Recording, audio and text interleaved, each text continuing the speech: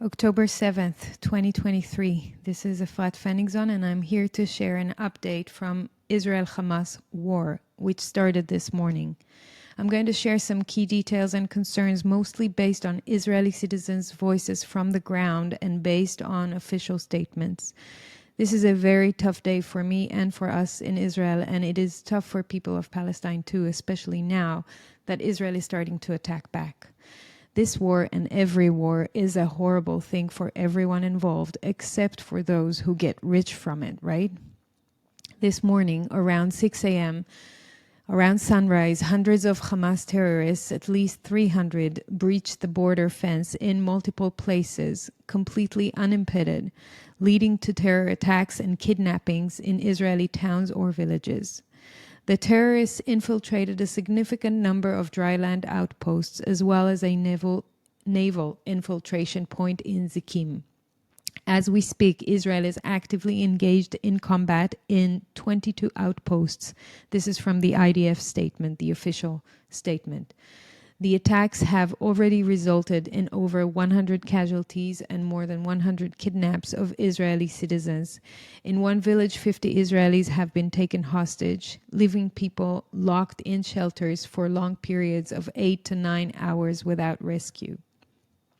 By the way, the 100 kidnappings is not the official number. It's what we hear from people on the ground. I think official numbers talk about 30 or 40 people, but we know there are more. In some places, the terrorists were burning the village and people didn't know if to leave the shelter and surrender or stay and pray for the fire to not reach them. Many young people who were in a big outdoor party near the Gaza envelope villages were attacked there.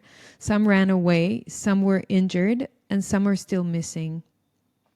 Apparently, Israeli defense forces that were supposed to be around Gaza were placed around the West Bank because of security concerns, so that the Gaza envelope was left unoccupied with military. They say around 60 to 80% of that area was left without the IDF forces that were supposed to be there.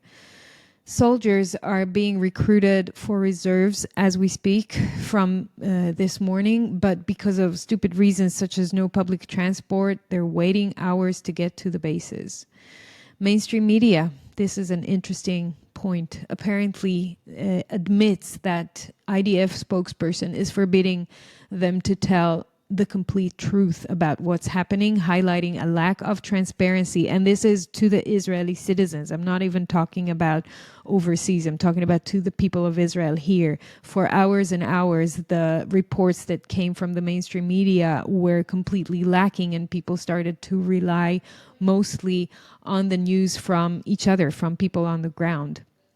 Only now, 6 p.m. Israel time, or it's actually 7 already, 12 hours after the event started, we received the first formal statement from the IDF spokesperson, and I will include an article with that statement in the notes.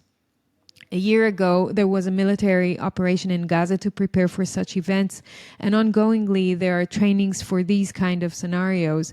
This raises serious questions for me anyway about Israeli intelligence. What happened? 2 years ago, there was a successful deployment of underground barriers with sensors to alert exactly on these kind of terrorist breaches. Israel has one of the most advanced and high-tech armies. How come there was zero response to the border and fence breaching? I cannot understand that. Personally, I served in the IDF 25 years ago in the intelligence forces. There's no way, in my view, that Israel did not know of what's coming. A cat moving alongside the fence is triggering all forces. So what happened to the strongest army in the world? How come border crossings were wide open? Something is very wrong here. Something is very strange. This chain of events is very unusual and not typical for the Israeli defense system. With the recent normalization efforts of Israel and Palestine led by Saudi Arabia, I wonder whether a prisoners exchange deal is something that could only be seriously considered by Israel if a shocking event like that happened. Is it a possibility that only with Israel hostages it can be justified to release dangerous prisoners from Israeli prisons? I don't know.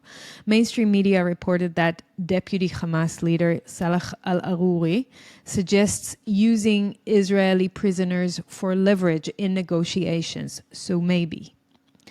A point about the situation in Israel in the past few years, which I want to make, is related to, and those who follow me know that there's a general sense of insecurity in Israel. There's political and social instability and unrest. Public funds are being misused on agendas such as COVID, climate, judicial reform, abolishing cash, and many more.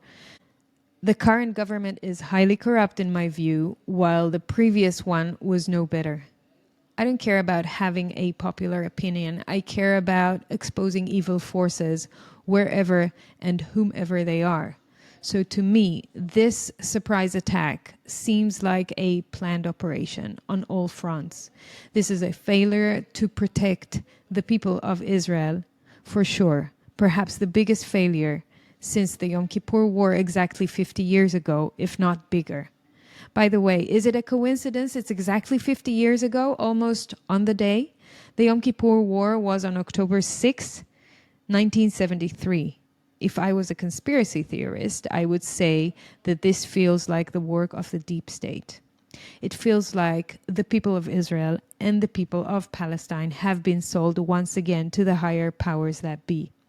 At the same time, this is still very, very difficult to fathom. Have a good evening.